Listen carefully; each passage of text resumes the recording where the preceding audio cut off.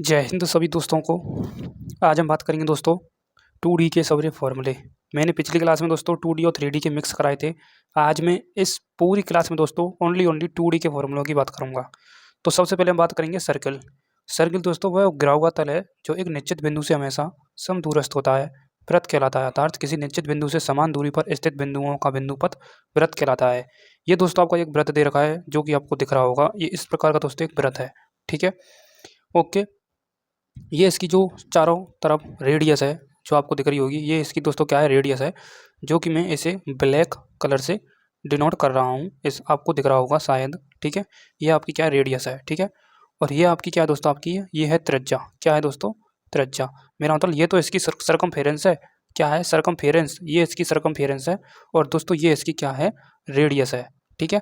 तो वृत्त के कुछ इंपॉर्टेंट फॉर्मूले हैं दोस्तों, जैसा कि वृत्त का व्यास होता है दोस्तों 2r यानी त्रिज्या का दोगुना, ठीक है। त्रिज्या का दोगुना क्या होता है दोस्तों, आपका व्यास होता है, ठीक है। वृत्त की परिधि क्या होती है दोस्तों, आपका 2πr होती है। और वृत्त की दोस्तों हम सेकंड परिधि की हम बात करें तो दूरी पाई और इंटू दूरी की बात हो जाती है, ठीक है, यानी व्यास, ठीक है। पाई इंटू डी, डी का मतलब होता है डायामीटर, ठीक है।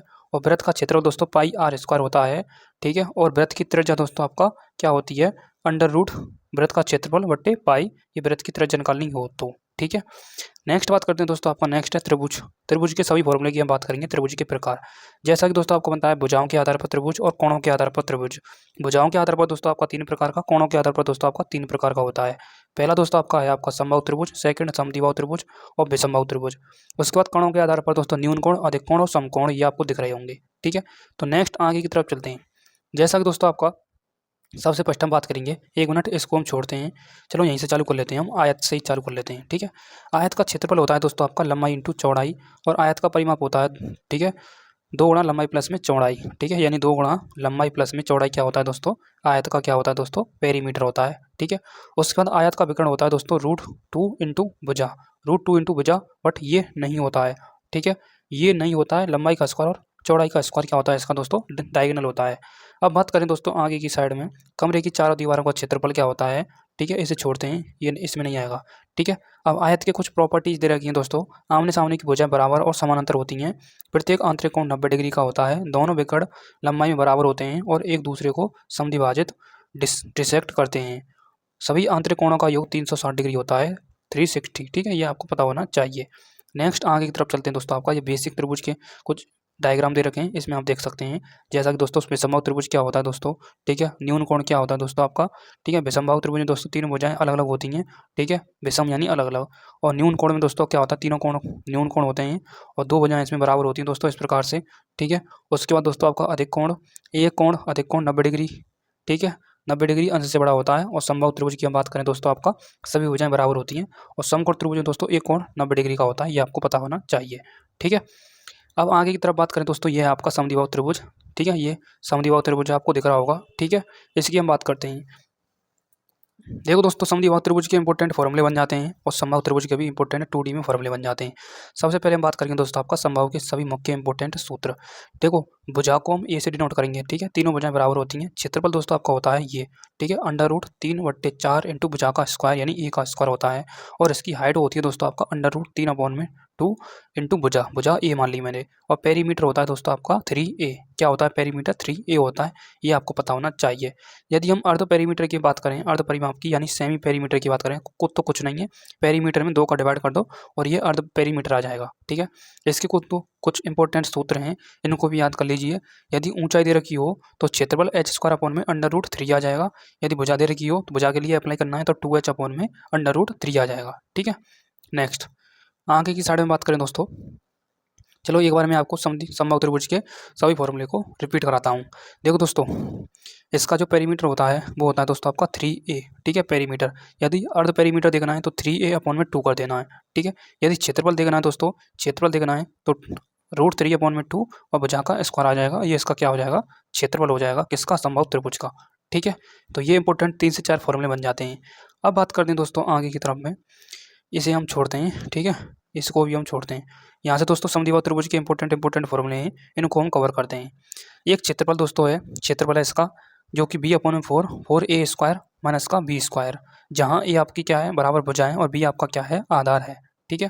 उसके बाद इसका पेरीमीटर होता है दोस्तों आपका 2a प्लस में b, और समबाहु त्रिभुज का क्या था पेरीमीटर 3a था, और इसका क्या है दोस्तों आपका 2a प्लस में b जो दे रखा है ये रहा। ठीक है, इसकी हाइट की बात करें दोस्तों कुछ भी नहीं है हाइट में, बहुत ही ईजी क्वेश्चन है दोस्तों, हाइट का बहुत ही ईजी है दोस्तों, कुछ भी नहीं है, ये अंडर रूट लगा देना है और a स्क्वायर माइनस का b स्क्वायर अपॉन में 4 कर देना है। ठीक है, उसके बाद बराबर भुजाएं दे रखी हैं, तो बराबर भुजाओं के लिए दोस्तों ये दे रखा है आपका under root H square plus में b अपॉन में 2 का होल स्क्वायर। यदि आधा दे रखा है दोस्तों बेस, तो 2 गुणा एक्स अपॉन में एच। ठीक है, आगे बात करें दोस्तों, आगे बात करते हैं दोस्तों। अब है दोस्तों आपके त्रिभुज के इंपॉर्टेंट फॉर्मूले यहाँ से आगे, जैसे कि दोस्तों आपका एक त्रिभुज का फॉर्मूला दे रखा है सामान्य सूत्र, जो कि क्षेत्रफल 1/2 में 2 इंटू आधार इंटू ऊंचाई यानी बेस इंटू हाइट, ये इसका क्षेत्रफल है समकोण त्रिभुज का, ये समझो। एक हीरोइंस फॉर्मूला आ जाता है दोस्तों आपका, जो कि अंडर रूट में एस माइनस का ए, एस माइनस का बी, एस माइनस का सी, जहाँ दोस्तों आपका अर्ध परिमाप की बात करें तो ए प्लस में बी प्लस में सी और अपॉन में 2 आ जाता है। ठीक है, इनको हम छोड़ देते हैं, चलो ठीक है, छोड़ क्या देते हैं मैंने आपको सभी बता दिए। देखो समबाहु त्रिभुज का बता दिया मैंने, समबाहु त्रिभुज का क्षेत्रफल, और दोस्तों ऊंचाई बता दी मैंने आपको, कुछ भी नहीं है ऊंचाई में आपको दोस्तों 2 कर देना है और भुजा का स्क्वायर नहीं करना है। ठीक है, इस प्रकार से दोस्तों आपको याद रखने, ये आपको मैंने दे दिए हैं, ठीक है, परिभाषा सहित। ठीक है, अब बात करेंगे दोस्तों यहाँ से आगे इंपॉर्टेंट फॉर्मूलों की। जैसा कि दोस्तों समकोण त्रिभुज का होता है 1/2 आधार इंटू ऊंचाई। ठीक है, आधार की हम बात करें तो 2 गुणा क्षेत्रफल बट्टे ऊंचाई निकल के आ जाता है जब हम मल्टीप्लाई कर देते हैं। ठीक है, ऊंचाई निकालनी है तो दोस्तों 2 गुणा क्षेत्रफल बट्टे आधार कर देते हैं, परिमाप निकालना है तो आधार इंटू ऊंचाई प्लस में कर्ण निकाल लेना है। ठीक है, ये सभी फॉर्मूले दे रखे हैं आपके समकोण त्रिभुज के। अब बात करते हैं दोस्तों समबाहु त्रिभुज के क्षेत्रफल। ठीक है, इक्विलेटरल ट्राइंगल। ठीक है, क्षेत्रफल होता है दोस्तों आपका √3/4 इंटू भुजा का स्क्वायर। यदि हाइट निकालनी है दोस्तों तो हाइट का दे रखा है दोस्तों आपके लिए √3/2 इंटू भुजा। यदि परिमाप निकालना है तो 3 गुणा भुजा कर देना है। यदि भुजा निकालनी है दोस्तों अंडर रूट में 4 इंटू क्षेत्रफल बट्टे √3 कर देना है। यदि भुजाई निकालनी है दोस्तों डायरेक्ट आपको, तो ये भी ये आपके लिए फॉर्मूला दे रखा है, भुजा बराबर में परिमाप बट्टे 3। ठीक है, परिमाप बट्टे 3, परिमाप को इसमें पुट कर दीजिए, वही आंसर निकल के आएगा। ठीक है, घुमा फिरा करके आंसर वही निकल के आएगा।